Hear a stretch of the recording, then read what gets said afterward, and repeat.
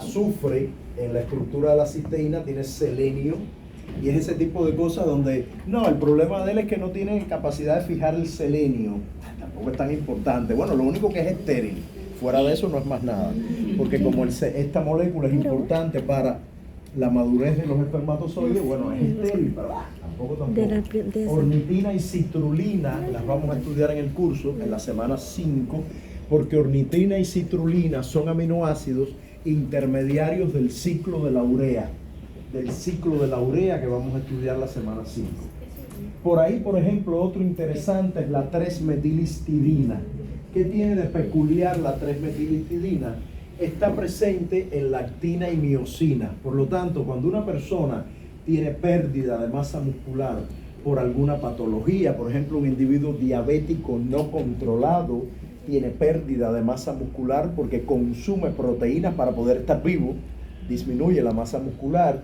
Las personas con cáncer avanzado tienen caquexia y también hay consumo de masa muscular.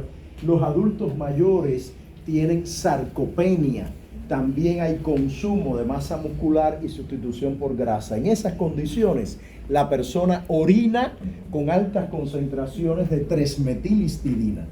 ¿Ya? Entonces, para alguien que esté manejando ese tipo de pacientes, aquí hay algún alumno de nutrición. Creo que había alguno de nutrición aquí, tú, ¿verdad? Sí, estabas en esa misma silla la semana pasada, ¿verdad que sí? Por ejemplo, para un nutricionista que esté tratando o que esté manejando una condición como la que yo mencioné, alguna patología o simplemente el envejecimiento, y usted esté poniendo una determinada dieta de reforzamiento, no sé los términos más adecuados, me disculpa, a lo mejor digo una barrabasada, pero una manera de usted valorar si lo que usted está, la intervención que está haciendo es adecuada, es midiendo la 3-metilhistidina en la orina. Si su intervención es favorable, habrá menos 3-metilhistidina porque habrá menos pérdida de masa muscular. ¿Está bien? Por cierto, me acabo de acordar que en la clase pasada yo les había dicho, los adultos mayores tienen menos agua, ¿se acuerdan? Y se deshidratan más fácil. Bueno, otra condición por la que ellos se deshidratan también muy fácil es precisamente por la sarcopenia, porque ellos, al ser adultos mayores y tener más grasa, evaden el agua, el organismo, digamos, repele el agua. La sarcopenia acumula grasa. Y eso tiene otras implicancias, porque la grasa también genera inflamación, refuerza los procesos inflamatorios crónicos, y por eso el adulto mayor tiene enfermedades cardiovasculares, tiene cáncer con más frecuencia, ¿no? Además de otras razones, claro. Muy bien, bueno, nada, estos son aminoácidos por ahí interesantes, y hago mención particular a la 3-metilhistidina, que sería como una especie de biomarcador diagnóstico. Te permite tener una idea de cómo está la condición del individuo, ¿no? Por ahí puede ser diagnóstico, incluso hasta pronóstico, porque puede evaluar una persona que esté perdiendo masa muscular, pues el pronóstico será negativo. Usted puede usar ese biomarcador. Si disminuye, el pronóstico es mejor que si el marcador aumenta, porque obviamente la pérdida de masa muscular te va a matar en algún momento. Muy bien, lo otro es un tema que tiene que ver con lo que vamos a tratar en el seminario.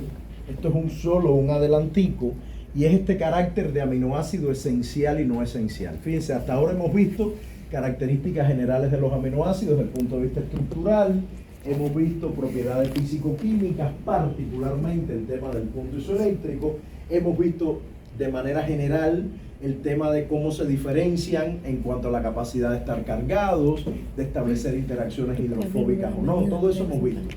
Pero otra característica de los aminoácidos tiene que ver con nuestra capacidad de sintetizarlos o no.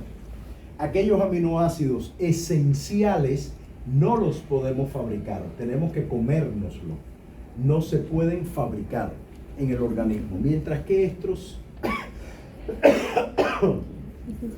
de acá sí se pueden sintetizar.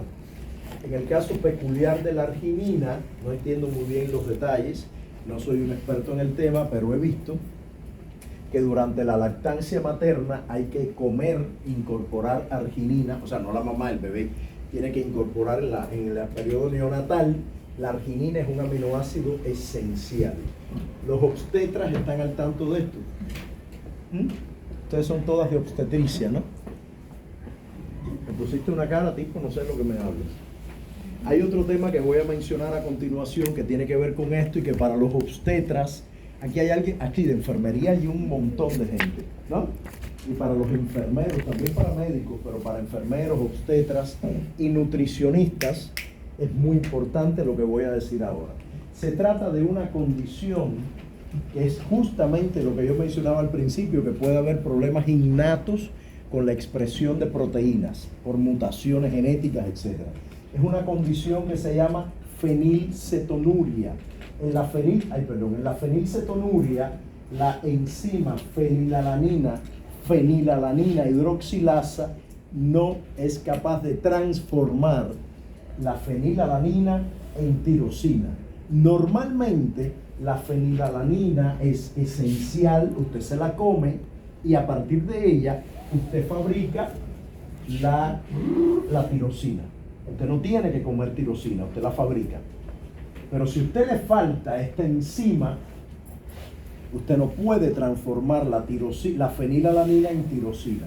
Bien, y por lo tanto en su organismo se acumula fenilalanina y falta la tirosina.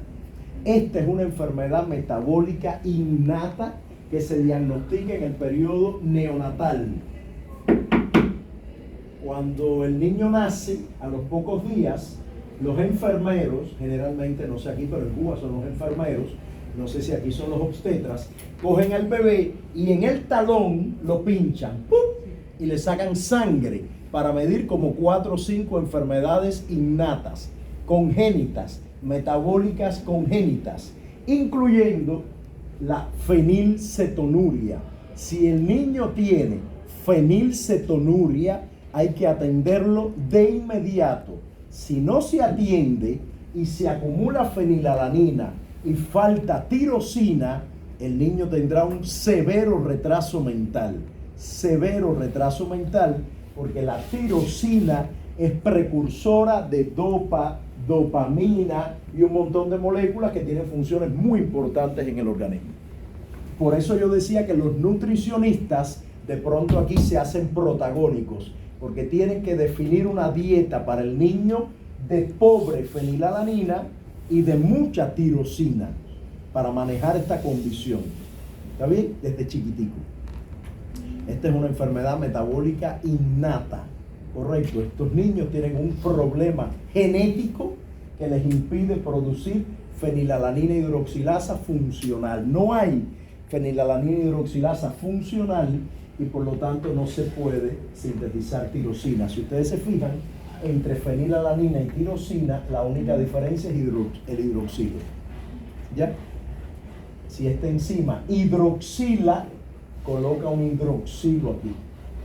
Bien, esta es una condición bastante interesante y me encanta hacer preguntas en el examen de esta enfermedad. Obviamente no diga cuál es la sintomatología, no, obviamente, claro que no, pero por ahí a mí se me ocurren cosas, no sé qué se me va a ocurrir, pero tienen que tener más o menos claro este tema, sobre todo por lo siguiente. Escuchen, al examen S1 van preguntas de seminario. ¿Qué seminarios hay antes del S1? Justamente los 2 seminarios de los que yo siempre pregunto.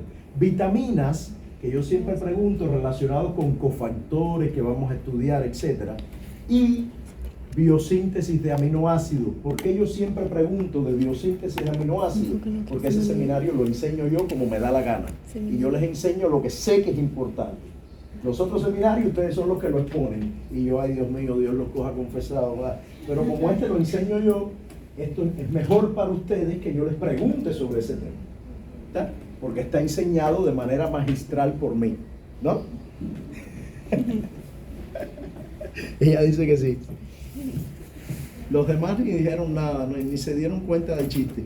Muy bien. Listo. Bueno, con esto terminamos y ya verán que, terminamos este bloque. Vamos a pasar al otro bloque. Ya verán que esta será la primera diapo del seminario, porque obviamente el seminario es de esto. Y lo que vamos a hacer en el seminario es entender de la manera más simple posible cómo se sintetiza esto. Entre las 5 bioquímicas que yo tuve en mi carrera, la número 5 para mí fue la peor. era justamente la biosíntesis de compuestos nitrogenados. Porque la número 4 era la de metabolismo energético. El metabolismo energético es un dulce, porque es azúcar y lípidos. Usted tiene hambre, usted no tiene ATP, degrada lípidos. Usted tiene ATP, inhibe la degradación de lípidos, sintetiza lípidos. Es muy obvio, pero la biosíntesis de compuestos nitrogenados, o sea, aminoácidos y ácidos nucleicos, es una cosa asquerosa realmente. ¿Ya lo veremos nosotros? No. La manera en que tú vas a ver ese curso asqueroso que yo di es en un seminario de 1 hora que yo te voy a dictar dentro de un ratito. ¿Ya? Incluso la biosíntesis de ácidos nucleicos es un seminario que sí tienen que preparar ustedes al final. Pero es el último seminario, o sea, ya cuando lleguemos a ese momento, como quedarán 3 o 4 alumnos, pues será más simple todo, ¿no?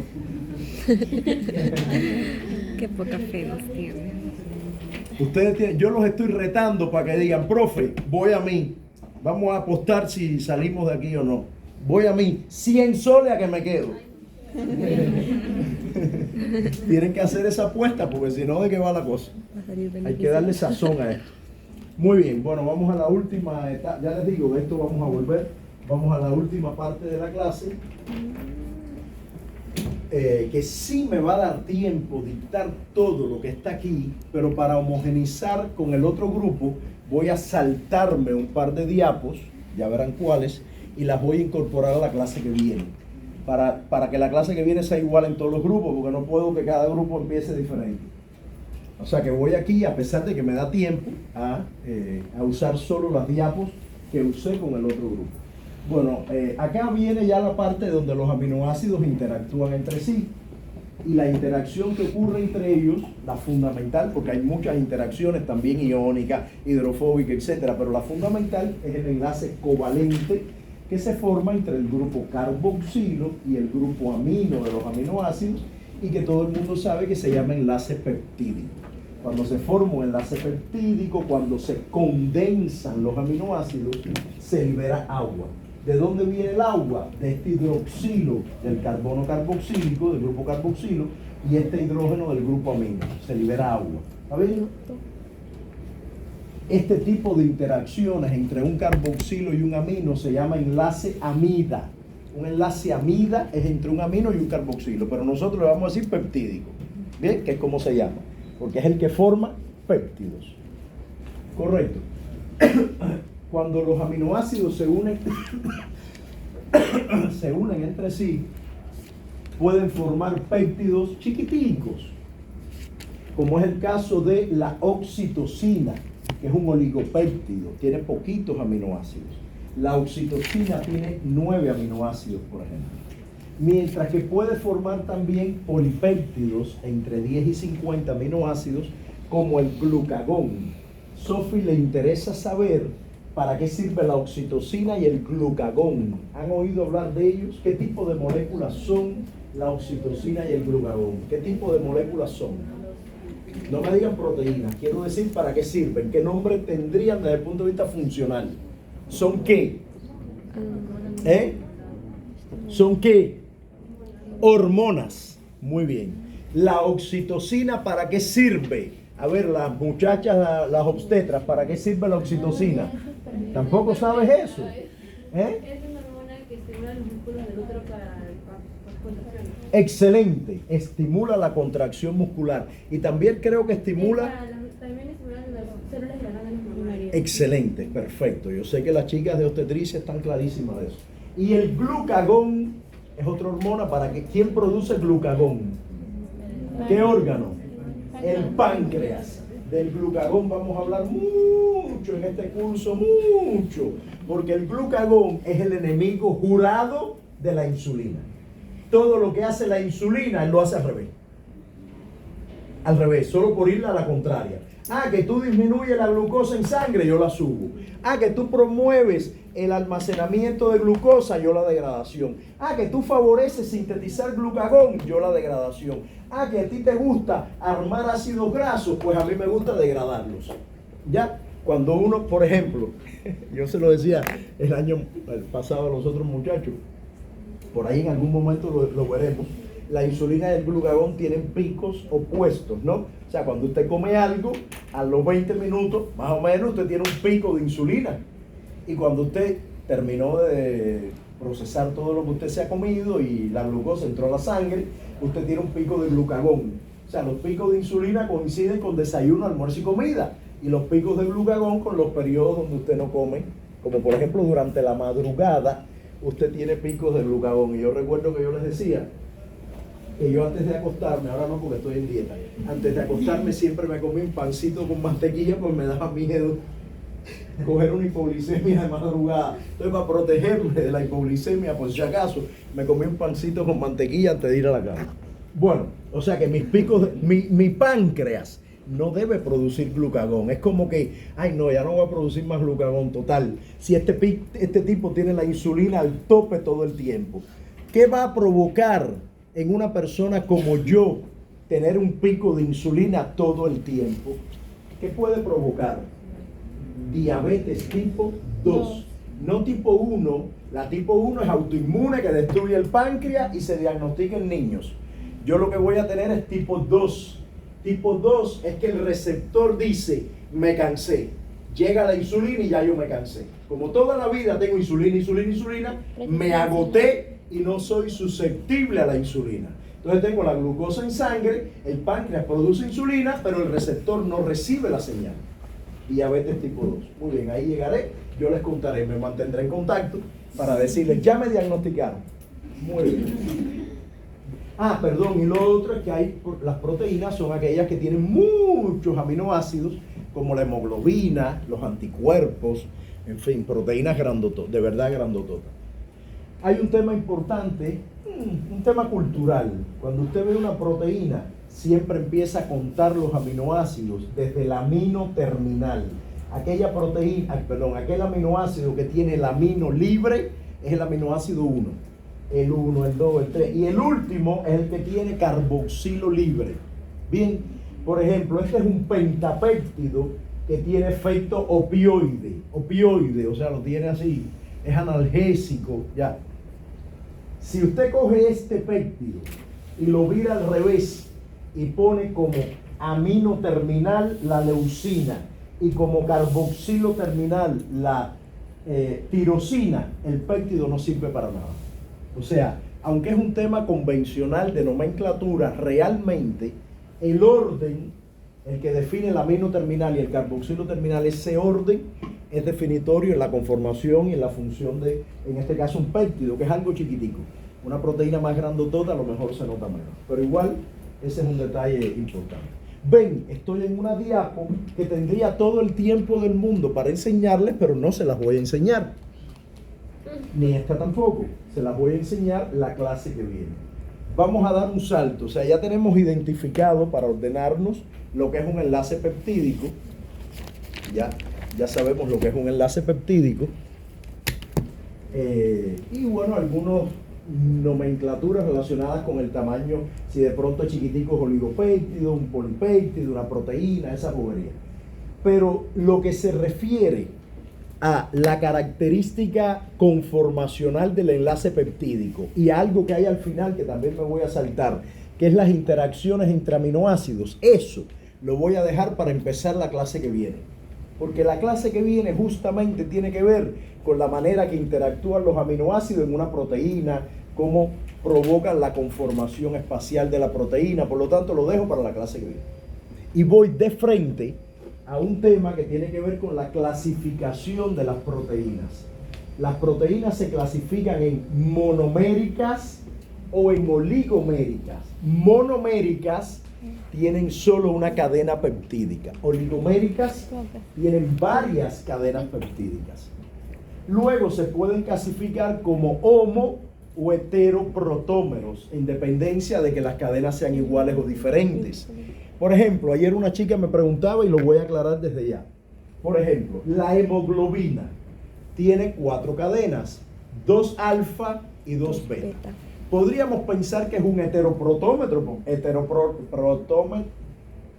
protómero, porque tiene alfa y beta son diferentes. Pero si consideramos alfa y beta como una unidad y alfa beta como otra, es un homoprotómero de pronto. No nos enredemos con eso. Lo importante es que es oligomérica porque tiene varias cadenas y las cadenas entre sí son diferentes. En el caso de los anticuerpos pasa igual. Tienen 2 cadenas pesadas y 2 ligeras. Las 2 pesadas son idénticas entre sí, las 2 ligeras también. Si usted une una pesada con una ligera, podría tener un protómero y una pesada y una ligera otro. Por lo tanto, podría ser homoprotómero, porque las 2 de 2 en 2 son iguales. Bien, no nos enredemos con esos conceptos, pero sí tengan claro, y es el mensaje principal, que las proteínas son tan diversas como que hay algunas muy chiquiticas, algunas enormes y algunas con una sola cadena, como la hemoglobina, que empieza con un amino terminal y termina en un carboxilo terminal, u otras, la albúmina, perdón, y otras como la hemoglobina, que tiene 4 cadenas diferentes, alfa y beta, por cierto, y esa parte de Dios y Darwin nunca la he entendido. ¿Por qué razón, si estas 4 cadenas forman una misma proteína, usted va a codificar la alfa en un cromosoma y la beta en otro? Eso mismo pasa con los anticuerpos. La cadena ligera está en un cromosoma y la cadena pesada en otro cromosoma, lejos, allá. Eso no es más enredado. ¿No es mejor ponerlas una atrás de la otra? ¿Qué tú crees? Si tú hubieras sido Dios o Darwin, ¿las hubieras puesto juntas o separadas? Yo digo que juntas. No sé. A lo mejor las pones separadas para si hay un problema en un cromosoma, al menos el otro funcione. No sé, me parece un poco raro. Porque si un cromosoma no funciona, pasan muchas cosas. Entonces no sé por qué les dio por eso. Pero así es. Casi todas estas proteínas multiméricas, cada péptido que la conforma viene de un cromosoma diferente. No digo ya de un gen diferente, que es obvio que venga de un gen diferente. Pero ¿qué necesidad hay de poner el gen de la cadena alfa en el cromosoma X? Y X no, quiero decir, es que ahí no se puede decir X y Y. En el cromosoma Z y el gen de la cadena beta en el cromosoma W, ¿para qué? Por lo que sea en el mismo cromosoma. Ah, no, están en cromosomas separados. Eso es muy común. Luego, por otra parte, las proteínas, y aquí regresamos a la historia original que yo dije de que las proteínas pueden tener también otras moléculas que no sean aminoácidos. Como les hablé, ¿te acuerdan de los aminoácidos que tienen azúcares? Bueno, resulta que las proteínas pueden ser simples, o sea, solo estar formadas por aminoácidos simples, o complejas, o conjugadas, perdón, y estar formadas por aminoácidos y otras moléculas que se unen de manera estable, como por ejemplo los azúcares. Un azúcar se puede unir de manera estable a un anticuerpo y por eso se llama glicoproteína. Glicoproteína. Correcto. Cuando estudiemos los azúcares volveremos sobre el tema, pero al revés, desde la visión del azúcar. Glicoproteína. Bueno, resulta que estas moléculas que no son aminoácidos, pero que se unen establemente a la proteína, se llaman grupos prostéticos. O sea, si yo les dijera, los anticuerpos tienen en su estructura azúcares, por lo tanto, los grupos prostéticos de los anticuerpos son carbohidratos. Los anticuerpos son glicoproteínas, por lo tanto, el grupo prostético de los anticuerpos, ¿qué es? Carbohidratos. Si tal molécula es una lipoproteína, el grupo prostético es un lípido, porque es algo que no es la proteína, pero que está unido de manera estable. Por ejemplo, el grupo hemo es un grupo prostético de la proteína. Es un elemento estable en la hemoglobina que si usted lo saca, la hemoglobina no sirve para nada, se suicida, como les digo. O sea, el grupo hemo es un grupo prostético. Ven, esto es lo que les decía de la interacción entre aminoácidos que estabiliza la estructura de una proteína, pero que no vamos a verlo, vamos a ver la clase que viene. Entonces, esta parte de la clase estamos cerrándola con estos conceptos, estas definiciones, fíjense, de las proteínas, y ahora me doy cuenta de algo. Para el semestre que viene, los alumnos que estén aquí otra vez conmigo, van a ver que esta diapo la voy a pasar para la parte de adelante, ahí donde yo digo que hay proteínas rígidas y flexibles. De pronto ahí voy a hablar de esto, porque me acabo de dar cuenta que esto no sé por qué está tan al final. Ya realmente esto debería estar en la clasificación general de las proteínas. Bueno, lo voy a mover para el año que viene, verán que está movido de lugar. Listo, entonces les aseguro que estos temas que quedaron pendientes, o sea, este sobre todo, y la diapo final sobre la estructura, sobre las interacciones entre aminoácidos, son temas que vamos a ver en detalle para empezar la clase de la semana que viene. Este recuadro, por lo tanto, nos permitiría llegar a la parte final de la clase, a esta parte que se llama Integremos lo aprendido, porque en este recuadro, que se los dejo por ahí, hay una serie de características de los anticuerpos, de los aminoácidos, que están aquí muy resumidas, que va desde el código de 3 letras, código de una letra, la masa molecular, que depende de la cadena lateral, obviamente, el punto isoeléctrico. Fíjense cómo los aminoácidos ácidos tienen un punto isoeléctrico muy bajito, mientras que los aminoácidos básicos tienen un punto isoeléctrico enorme. El resto de los aminoácidos tienen puntos isoeléctricos más o menos parecidos, ¿ya? Entre 5 y pico y 6. Aquí está además la clasificación como esencial y no esencial.